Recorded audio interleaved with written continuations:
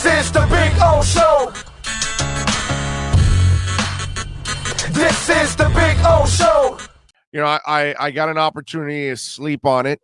And sometimes when you get to take a step back, you wanna maybe realize where things are at, and maybe you want to focus a little bit more on other things, or maybe you start to see the picture a little differently, those kind of things. This is the way I'm going to approach what's going on right now with the Miami Dolphins. Flo, for me, is on the hot seat more than anybody in the franchise. And let me explain what's going on with the Dolphins that bothers me. And Flo has, at least in my eyes, you got to remember, no one complained about Flo for 2 years. Okay? We didn't complain the first year. The way it ended and everything was fantastic. We didn't complain the second year. 10-6, amazing year, all of that. So the wheels have come off completely here in 4 games. It's what we're talking about. We're talking about 4 games. We're not talking about this is season after season of failures and incompetence and all of that. So the first 2 years, we didn't see them commit all kinds of stupid mistakes that were burning them.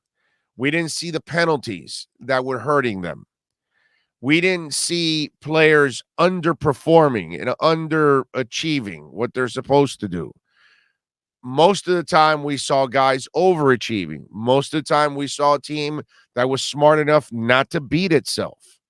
You know, a lot of times we were talking about how Flo had characteristics of Shula-like in the first 2 years. But what cannot be denied is something is going wrong in the first month of the season. Offense isn't playing well. Flo's specialty is defense. Defense is not playing well at all. They never make stops when you really need them. They don't really play on a consistent basis.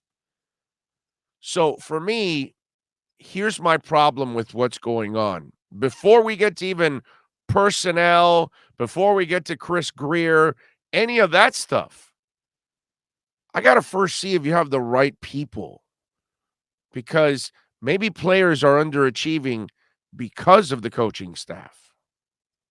Maybe the team is underachieving because of the coaching staff. And this is where I'm interested to see where Flo takes this team now, because he's handled adversity pretty well the first 2 years. This year, he can't handle the adversity, but it's his own fault, right? I explained to you before on the show that young coaches, one of the hurdles that they have is trying to find the right coaching staff. And that is the problem, that one of the many problems that Flo has right now, is trying to find the right coaching staff. We all, as human beings, as teenagers and young adults, we have we have to cross this threshold in life, right? And some of us are luckier than others, trying to figure out what you want to be in life, right? It's the biggest hurdle ever for all of us, trying to figure out. And you got kids that are switching their majors every semester because they don't know what they want to be. This has been going on for decades. And all of us as human beings, we're all trying to find, where do I fit? What is my skill set? What am I going to be? Do I want to be a nurse or a doctor or a lawyer? Or do I want to be a teacher? Or do I want to be a car salesman? Or do I want to be, whatever? And we're all trying to figure out where we fit in life, right? You know what? I'm happy being the store manager of Walmart, which, should be one hell of a job. And you're happy there. You find your spot. You find your groove. Stella found her groove. She's back on track, right? Same thing. And part of the threshold for being a young coach, when you're breaking in is trying to create the staff. Because without the right staff, you're not going to get it done. Part of what we talk about the problems with the University of Miami, it's not just the coach, it's having the right staff.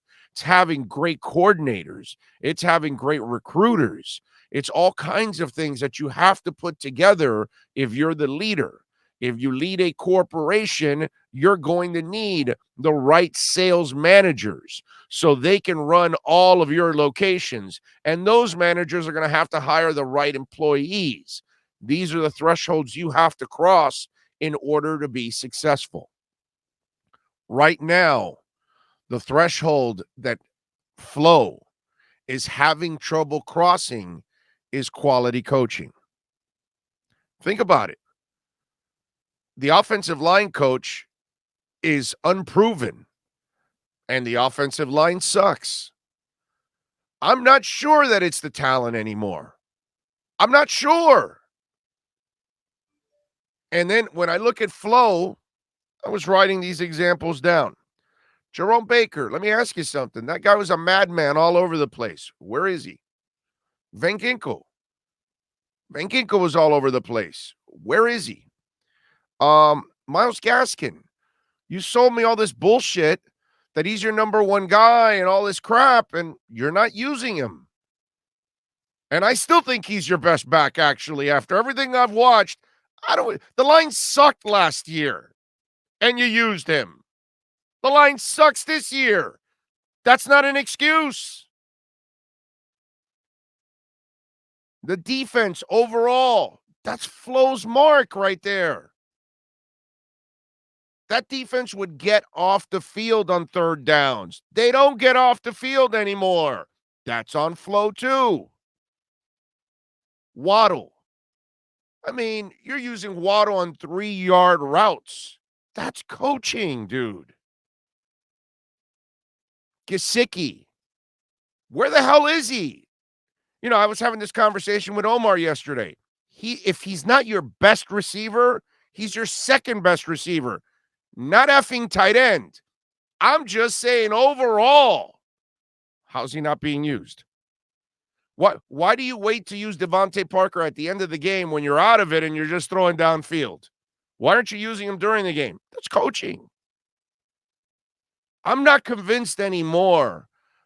I'm not even going to start slamming all these players. I don't know if these players are being led by the right people. And that's what Flo needs to prove now. Flo needs to prove that the first 2 years were not an aberration. And it's hard to do it for 2 years to make it an aberration. Usually a coach has one good season and then can't follow it up because it was flukish. But you improve from one season to another. And now everything's gone awry. And I got to blame coaching. Yesterday, dude, you go for the 55-yard field goal. You don't play this field. You can't trust your defense. I can trust Jason Sanders more than anybody else on the team. So take the 3 points at that moment. I am really convinced right now that your biggest problem is coaching. I need to be convinced that you have the right coaches in place. Because it might be the coaches effing everything up. And at 2:00, you got to stop with this bullshit about the offensive coordinators. Because now you've got Feely, the former kicker, talking about Charlie Fry like he's the coordinator almost. And so does Trent Dilfer. And listen, Flo, the last thing you want to do now is also be called a liar. And you know what the dumbest thing one of the dumbest things I've ever seen a coach do is Flo trying to create this like a big secret. Who gives a shit, dude? Who cares who calls the damn plays? Just say what the hell's going on. What kind of a secret is it? Why do you have to make it so secretive? That's how that you get to a point where it's just ridiculous. Just say it, Brian. Who is it? Is it Charlie Fry? Are you lying now? So if you're not lying, well, then straighten out then straighten out Jay Feely and straighten out Trent Dilfer. Because both those guys are saying Charlie Fry is the offensive coordinator. And if he's not the offensive coordinator, then say what it is. But either way, you're calling a shitty game.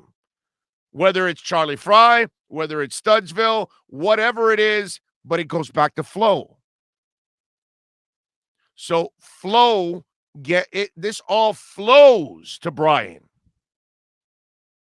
Everything, every player that's underachieving, every scheme that doesn't work, every bad call by the offensive coordinator, every mistake by the defense, every yard that the defense gives up, every big play that the defense gives up, everything that goes on flows right to Brian. Right now, there is nobody, but absolutely nobody on the hot seat more than Brian Flores. And no one else. I first have to see that you're not effing up the talent that's there. I don't trust it now. That's where I'm going to now. Now I'm getting to the point with Flores and company that you now have to prove that you're back on track.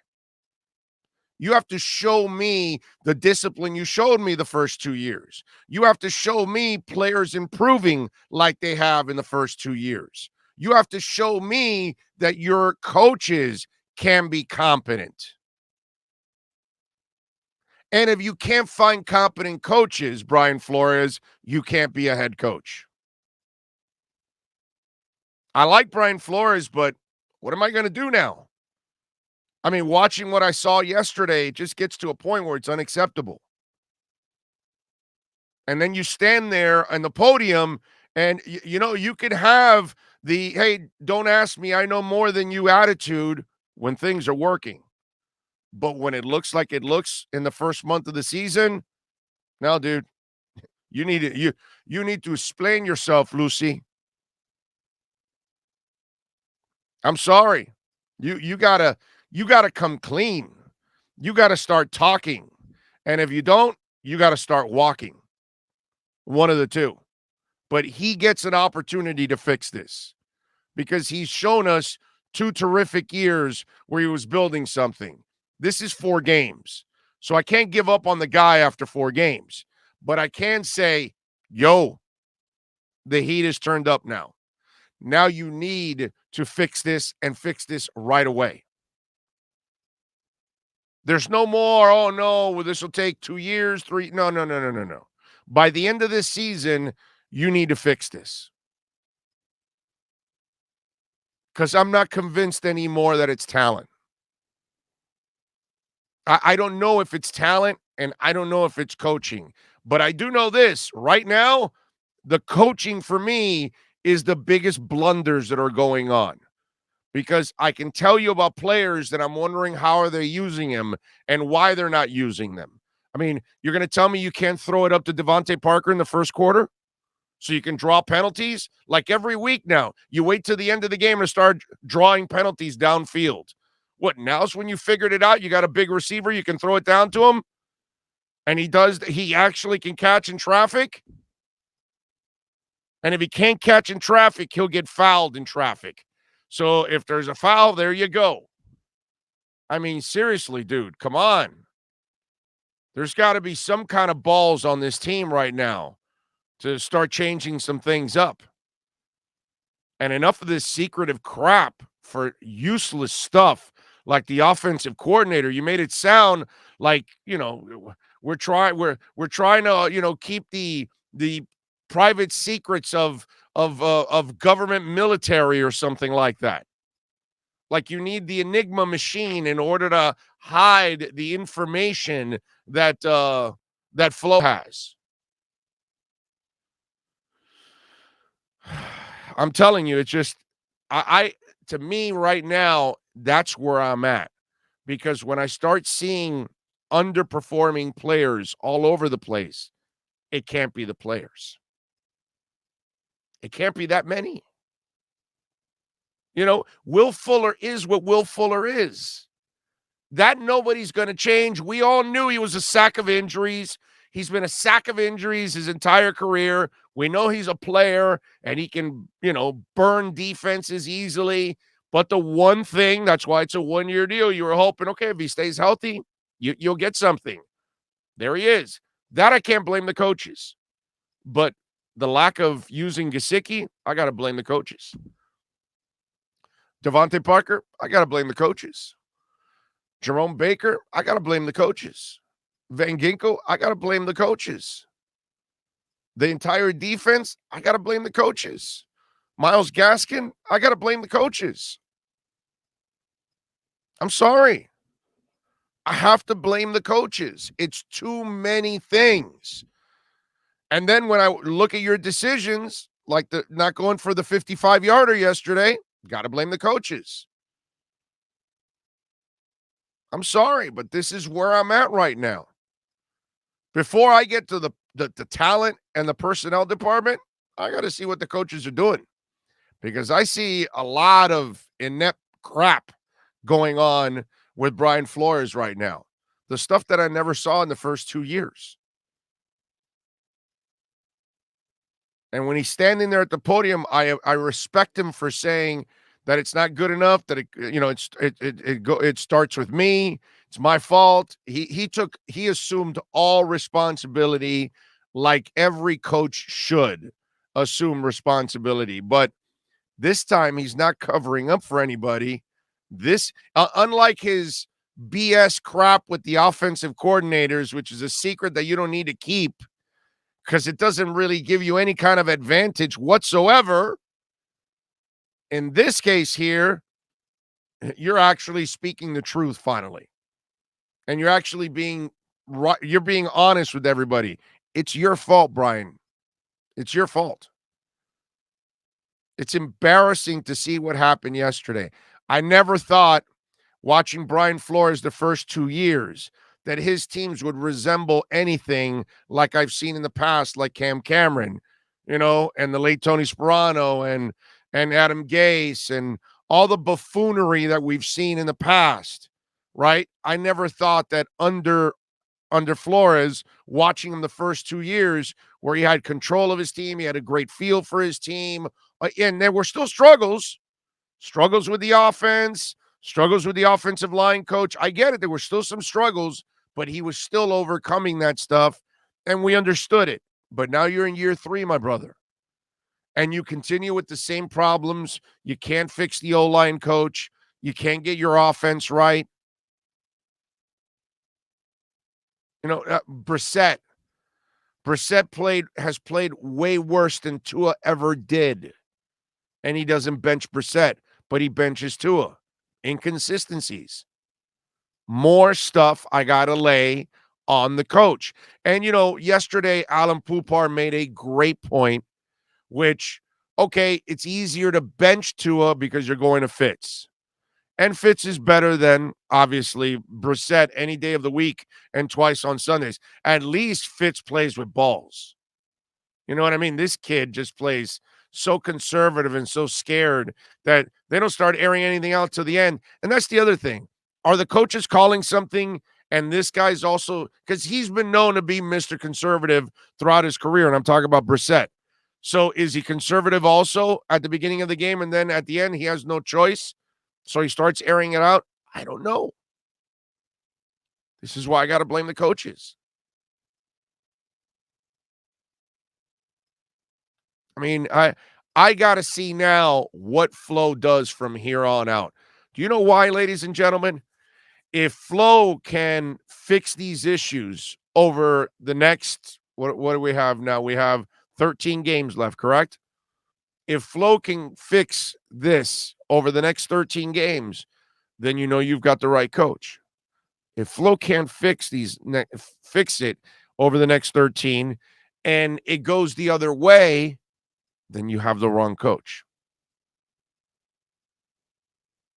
But right now, I am more concerned about the coaching of this team than the talent or the talent evaluators. Because right now, there is nobody screwing things up more than the coaches. That's the bottom line.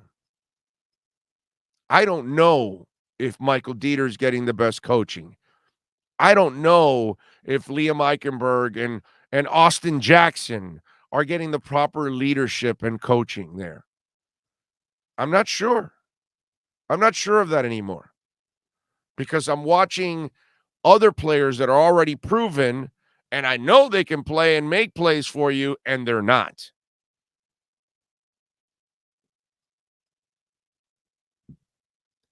So to me, that's where I'm at right now.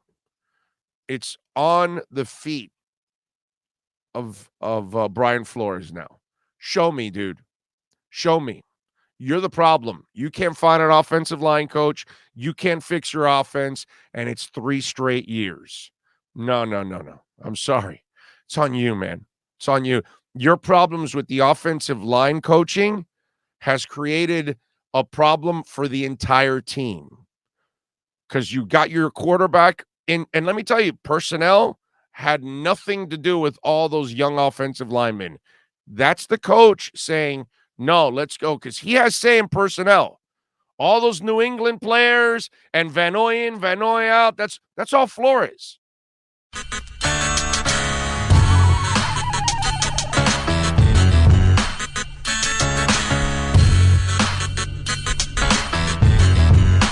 This is the Big O Show. This is the Big O Show.